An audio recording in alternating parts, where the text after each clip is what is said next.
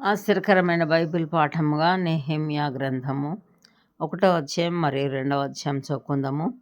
హకల్య కుమారుడైన నెహెమ్యా యొక్క చర్యలు. 20వ సంవత్సరంలో కిస్లేవు మాసంన నేను షూషను కోటలో ఉండగా నా సహోదరులలో హనానీ అను ఒకడును యూదులలో కొందరును వచ్చిరి. చెరపట్టబడిన శేషములో తప్పించుకొనిన యూదులను గూర్చియు యెరూషలేమును గూర్చియు నేను వారిని అడగగా, వారు చెరపట్టబడిన వారిలో శేషించిన వారు ఆ దేశంలో బహుగా శ్రమను నిందను పొందుచున్నారు, మరియు యెరూషలేము యొక్క ప్రాకారము పడద్రోయబడినది, దాని గుమ్మములను అగ్ని చేత కాల్చబడినవని నాతో చెప్పిరి. ఈ మాటలు వినినప్పుడు నేను కూర్చుండి ఏడ్చి కొన్ని దినములు దుఃఖంతో ఉపవాసముండి ఆకాశమందలి దేవుని ఎదుట విజ్ఞాపన చేసి తిని. ఎట్లనగా, ఆకాశమందున్న దేవా యెహోవా, భయంకరుడవైన గొప్ప దేవా, నిన్ను ప్రేమించి నీ ఆజ్ఞలను అనుసరించి నడుచువారిని కటాక్షించి వారితో నిబంధనను స్థిరపరచువాడా, నీ చెవియొగ్గి నీ నేత్రములు తెరచి నీ సన్నిధిని దివారాత్రము నీ దాసులైన ఇశ్రాయేలీయుల పక్షముగా నేను చేయు ప్రార్థన అంగీకరించుము. నీకు విరోధంగా పాపం చేసిన ఇశ్రాయేలు కుమారుల దోషమును నేను ఒప్పుకొనుచున్నాను. నేనును నా తండ్రి ఇంటి వారును పాపం చేసి ఉన్నాము. నీ ఎదుట బహు అసహ్యముగా ప్రవర్తించితిమి. నీ సేవకుడైన మోషే చేత నీవు నిర్ణయించిన ఆజ్ఞలనైనను కట్టడలనైనను విధులనైనను మేము గైకొనకపోతిమి. నీ సేవకుడైన మోషేతో నీవు సెలవిచ్చిన మాటను జ్ఞాపకం తెచ్చుకొనుము. అదేదనగా, మీరు అపరాధము చేసిన ఎడల జనులలోనికి మిమ్మును చెదరగొట్టుదును. అయితే మీరు నా వైపు తిరిగి నా ఆజ్ఞలను అనుసరించి నడిచిన ఎడల భూదిగంతముల వరకు మీరు తోలివేయబడినను అక్కడి నుండి సహా మిమ్మును కూర్చి నా నామము ఉంచుటకు నేను ఏర్పరచుకొనిన స్థలమునకు మిమ్మును రప్పించెదనని నీవు సెలవిచ్చితివి గదా. చిత్తగించుము. నీవు నీ మహాప్రభావమును చూపి నీ బాహుబలము చేత విడిపించిన నీ దాసులగు నీ జనులు వీరే. యెహోవా, చెవియొగ్గి నీ దాసుడనైన నా మొర్రను నీ నామమును భయభక్తులతో ఘనపరచుటయందు ఆనందించు నీ దాసుల మొర్రను ఆలకించి ఈ దినమందు నీ దాసుని ఆలోచన సఫలపరిచి ఈ మనుష్యుడు నాయందు దయచూపునట్లు అనుగ్రహించుమని నిన్ను బతిమాలుకొనుచున్నాను అని ప్రార్థించి తిని. నేను రాజునకు గిన్నె అందించువాడనై ఉంటిని. 2వ అధ్యాయము.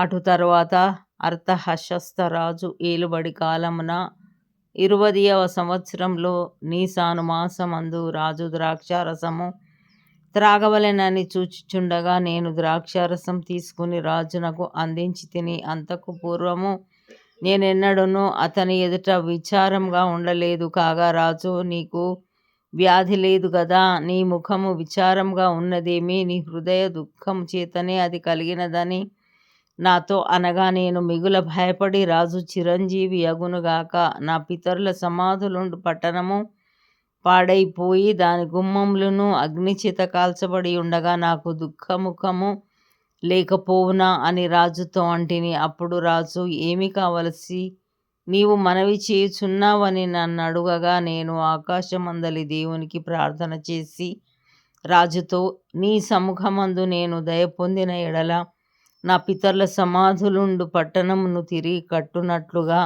నన్ను యూదా దేశమునకు పంపుడని వేడుకొనుచున్నానని నేను మనవి చేసి తిని. అందుకు రాజు, రాణి తన యొద్ద కూర్చుని ఉండగా, నీ ప్రయాణము ఎన్ని దినములు పట్టును, నీవు ఎప్పుడు తిరిగి వచ్చేదవని అడిగాను. నేను ఎంతకాలమని చెప్పినప్పుడు రాజు నన్ను పంపుటకు చిత్తము గలవాడాయెను. ఇదియుగాక రాజుతో నేనిట్లంటిని, రాజునకు అనుకూలమైతే యూదా దేశమున నేను చేరు వరకు నన్ను దాటించునట్లుగా నది యవతల నన్ను అధికారుల తాకీదులను పట్టణ ప్రాకారమునకును మందిరముతో సంబంధించిన కోట గుమ్మములకును నేను ప్రవేశింపబో ఇంటికిని దూలములు మ్రానులు ఇచ్చునట్లుగా రాజుగారి అడవులను కాయు ఆసాపునకు ఒక తాకీదును ఇయ్యుడని అడిగి తిని, అలాగు నాకు తోడుగా ఉండి నాకు కృప చూపుచున్న నా దేవుని కరుణా హస్తం కొలది రాజు నా మనవి ఆలకించెను. తరువాత నేను నది అవతలనున్న అధికారుల యుద్ధకు వచ్చి వారికి రాజు యొక్క తాకీదులను అప్పగించి తిని, రాజు నాతో కూడా సేనాధిపతులను గుర్రపు రౌతులను పంపించెను. హోరోనీయుడైన సన్బల్లటును, అమ్మోనీయుడైన టోబియా అను దాసుడును ఇశ్రాయేలీలకు క్షేమం కలుగచేయు ఒకడు వచ్చెనని విని బహు దుఃఖపడిరి. అంతటా నేను యెరూషలేమునకు వచ్చి 3 దినములు అక్కడనే యుండి రాత్రి యందు నేనును నాతో కూడానున్న కొందరును లేచితిమి. యెరూషలేమును గూర్చి దేవుడు నా హృదయమందు పుట్టించిన ఆలోచనను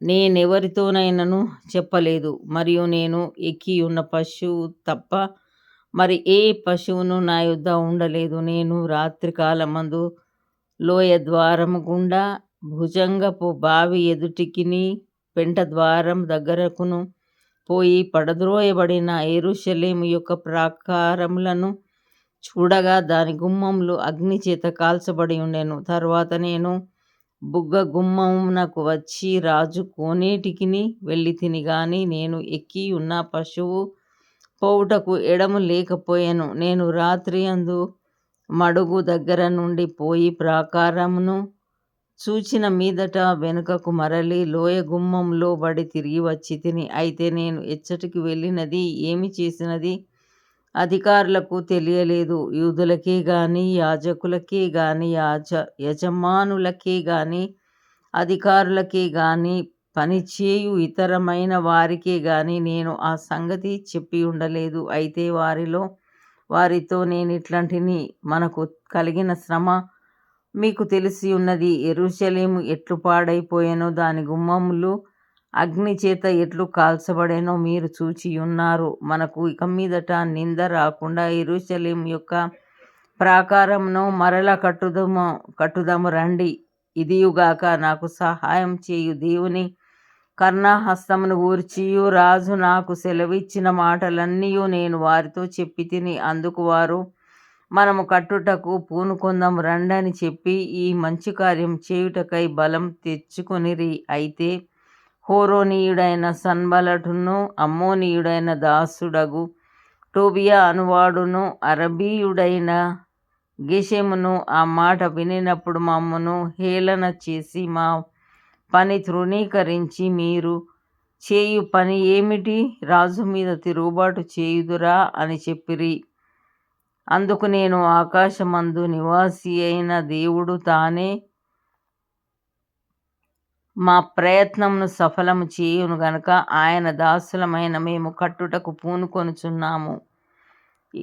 యెరూషలేమునందు మీకు భాగమైనను స్వతంత్రమైనను జ్ఞాపక సూచనయైనను లేదని ప్రత్యుత్తరమిచ్చి తిని. ఇంతటితో ఈ దినం కొరకైన బైబిల్ పాఠము సరి.